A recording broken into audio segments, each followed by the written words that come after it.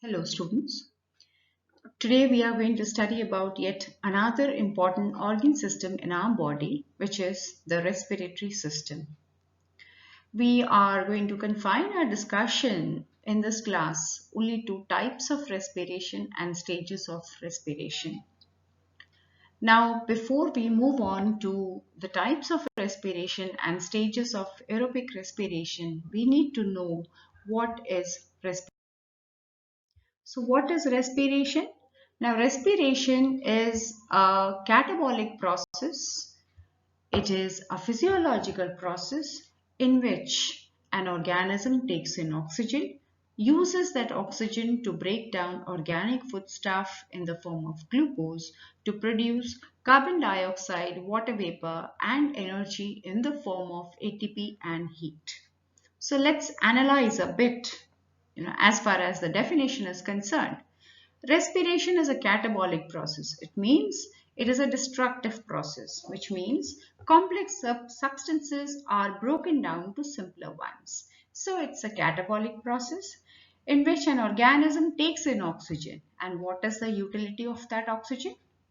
That oxygen is used to oxidize or break down organic foodstuff in the form of glucose. Glucose is considered to be the respiratory substrate. So oxygen reacts with glucose to produce carbon dioxide, water vapor, and energy is liberated.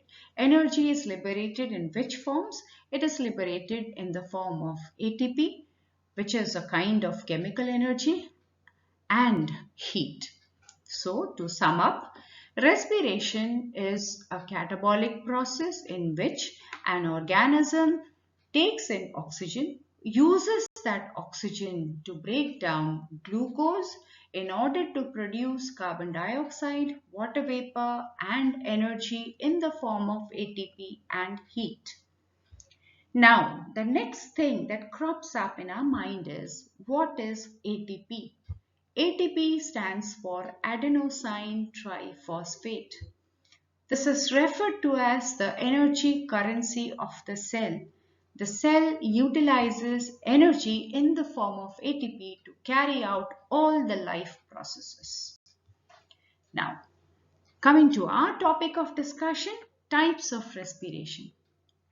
Respiration is basically categorized into two types depending on the presence or absence of oxygen: anaerobic respiration and aerobic respiration. Anaerobic respiration means the type of respiration which occurs in the absence of oxygen. No oxygen is required over here. In fact, it takes place in the absence of oxygen. Now, there are certain microbes, like certain bacteria, they respire anaerobically throughout life. So, it's a very common phenomenon in certain bacteria which respire anaerobically throughout life. But in case of animals, they normally respire aerobically, but there are exceptions to this rule. For example, animals like tapeworms and roundworms. I hope you know what these are. These are parasites, endoparasites. Now these parasites, they respire anaerobically throughout their life. But do we respire anaerobically?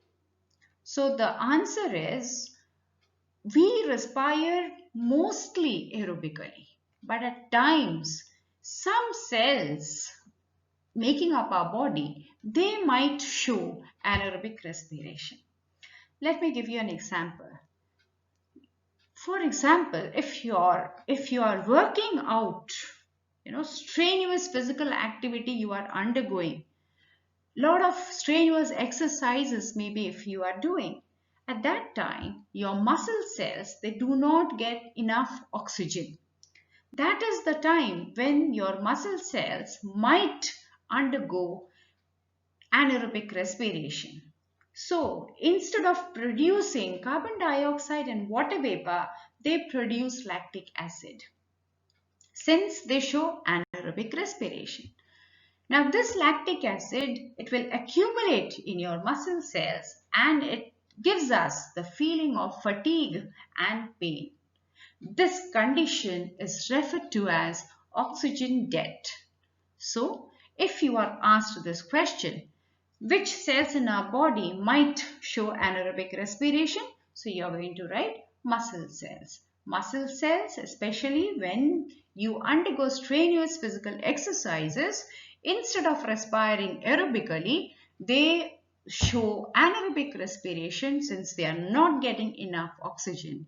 And instead of producing carbon dioxide and water vapor, they produce lactic acid. Now this lactic acid, on getting accumulated in the muscle cells, it gives us the feeling of pain and fatigue. And what is this condition referred to as? It is referred to as oxygen debt. But normally we respire aerobically throughout life. So what is aerobic respiration? Aerobic respiration is a kind of respiration in which oxygen is used. The type of respiration which occurs in the presence of oxygen. This is an equation, a complete balanced equation to represent aerobic respiration.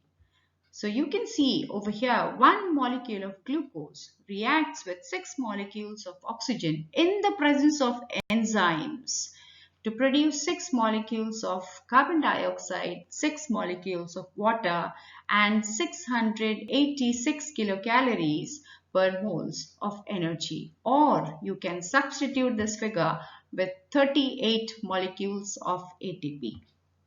So you can write glucose, one molecule of glucose plus 6 molecules of oxygen in the presence of enzymes produce 6 molecules of carbon dioxide plus 6 molecules of water, that's water vapor, and 38 molecules of ATP. This is the complete balanced equation for aerobic respiration. Now, this table shows the differences between aerobic respiration and anaerobic respiration. So, as the first point says, it takes place in the presence of oxygen. Anaerobic respiration, it occurs in the absence of oxygen. In aerobic respiration, complete oxidation of glucose takes place. And in anaerobic respiration, the glucose is incompletely oxidized. Now, because the glucose is completely oxidized, the end products are carbon dioxide and water vapor. And in case of anaerobic respiration, since the glucose is incompletely oxidized, it liberates lactic acid in animals and ethyl alcohol and carbon dioxide in plants. So please pay attention over here. The end products of anaerobic respiration in plants are ethyl alcohol and carbon dioxide, whereas the end products of anaerobic respiration in animals is lactic acid. Lot of energy is liberated. As I told you before, 38 molecules of ATP are produced when one molecule of glucose gets oxidized. But here only 2 molecules of ATP are produced, both in anaerobic respiration in plants as well as in animals. Aerobic respiration occurs in both plant as well as animal cells. Anaerobic respiration, as I cited the examples before, this is a common phenomenon in certain bacteria, anaerobic bacteria, and of course human muscle cells. And of course, this is the equation which is representing aerobic respiration and anaerobic respiration. This is the anaerobic respiration in case of plants. This equation shows anaerobic respiration in case of plants where the end products are ethyl alcohol and carbon dioxide and 56 kilocalories of energy. Instead of that, you can write 2 molecules of ATP. Glucose getting incompletely oxidized. You can see over here oxygen is absent, so we are not supposed to mention oxygen over here because it is not reacting with oxygen. In the absence of oxygen, only it is breaking down, but enzymes are there. And what are the end products formed? Ethyl alcohol and carbon dioxide plus 2 molecules of ATP. Now we are going to discuss about the stages of aerobic respiration. Aerobic respiration occurs in 4 steps: breathing, gaseous transport, tissue respiration, and cellular respiration.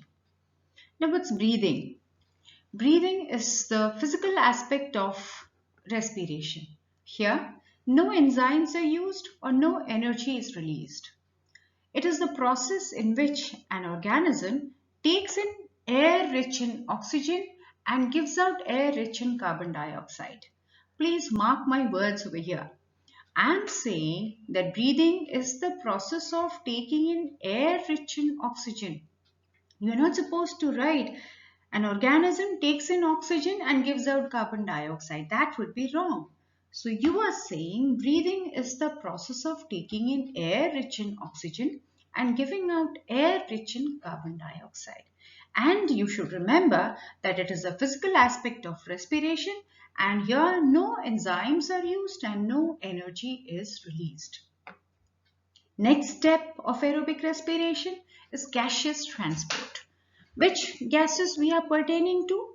We are referring to the respiratory gases, which are oxygen and carbon dioxide. How is oxygen transported? Oxygen is transported as oxyhemoglobin. Hemoglobin combines with oxygen to form an unstable compound that's called oxyhemoglobin. Before I proceed, I would like to inform you what is hemoglobin. Now, hemoglobin is the respiratory pigment. It's an iron-containing pigment which is found in the RBCs. Hemoglobin is the pigment which helps in carrying the respiratory gases. So, oxygen reacts with hemoglobin and forms an unstable compound called oxyhemoglobin. This oxyhemoglobin, upon reaching the tissues or the cells, it splits, it dissociates so that oxygen can be given up into the cells or the tissues. That is why it is an unstable compound. Now, how is carbon dioxide transported? Carbon dioxide has 2 modes of transport. Most of the carbon dioxide is transported as bicarbonates dissolved in the blood plasma, and some of it is transported as carbaminohemoglobin. This is a compound formed when carbon dioxide reacts with hemoglobin. This is also an unstable compound. So, how does gaseous transport occur? Gaseous transport occurs when the respiratory gases react with hemoglobin. What is hemoglobin? It is the respiratory pigment which carries the respiratory gases.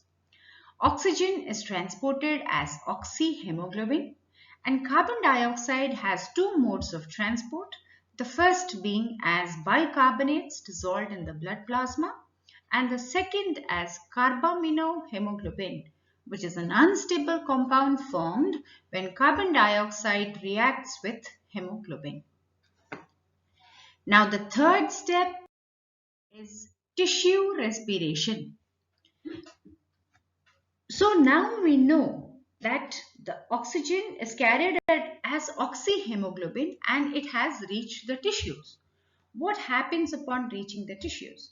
Upon reaching the tissues or the cells, the oxyhemoglobin, being an unstable compound, it splits and the oxygen is delivered to the body cells, and the oxygen diffuses through the thin walls of the cells and is taken into the cells. This is tissue respiration. And in a similar manner, after the oxygen is utilized, carbon dioxide is evolved. That released carbon dioxide again diffuses out through the thin walls of the cell to react with the hemoglobin present in the RBCs of blood and to be carried following its own movement. So this is tissue respiration, where the terminal capillaries, they deliver the oxygen to the body cells, where oxygen diffuses through their thin walls, and in a similar way the capillaries pick up the carbon dioxide released by the cells.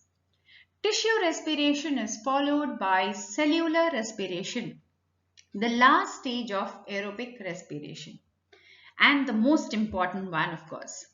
Cellular respiration involves the complex changes which occur inside the cell to release energy from glucose.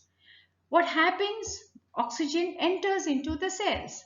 Now that oxygen is going to oxidize glucose, it is going to react with glucose.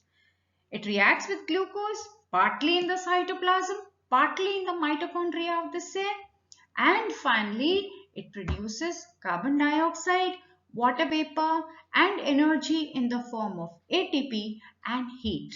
This is known as cellular respiration.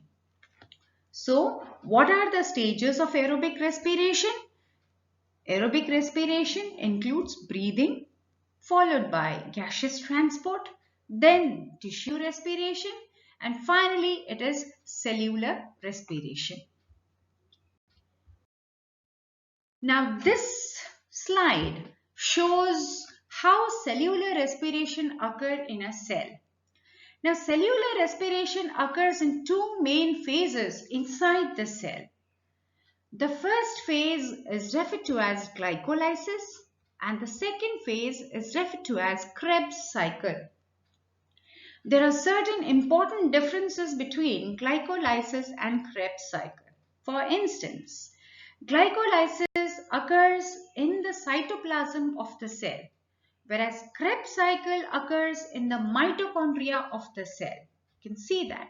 Glycolysis occurs in the cytoplasm, whereas Krebs cycle occurs in the mitochondria of the cell. This is difference between glycolysis and Krebs cycle depending on the site of occurrence, where they occur.